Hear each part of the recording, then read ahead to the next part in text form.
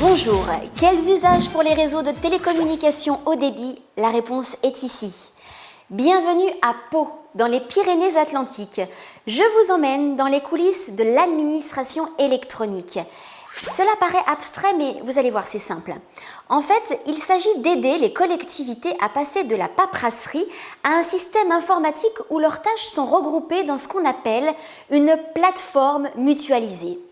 Mon guide est Sandra Pérez, de l'Agence du numérique. La plateforme propose à ce jour deux services qui sont la dématérialisation des marchés publics et la dématérialisation de l'envoi des actes au contrôle de légalité. Concrètement, les appels d'offres à la concurrence sont mis en ligne et l'ensemble des actes administratifs sont transmis électroniquement à la préfecture. Ces actes, ce sont par exemple les délibérations des conseils municipaux et les arrêtés municipaux. Les 800 communes des Pyrénées-Atlantiques sont concernées. Ça a coûté 120 000 € cette plateforme et 50 000 € de maintenance par an.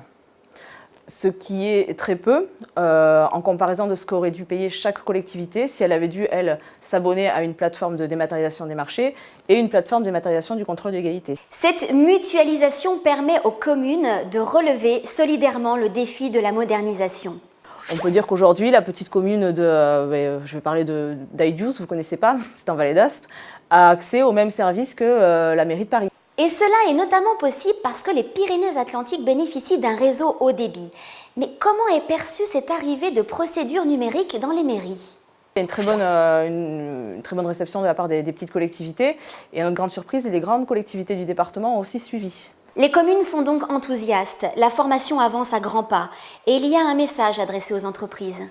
Pour leur faire savoir, voilà, vous avez sur e-administration 64, via une seule et même URL, vous pouvez avoir à terme l'ensemble de la commande publique du département. Clairement, l'idée est d'encourager les petites entreprises à répondre à des appels d'offres et à décrocher des marchés auprès des communes. Il est vrai que souvent, les patrons de PME n'osent pas concourir pour les marchés des collectivités.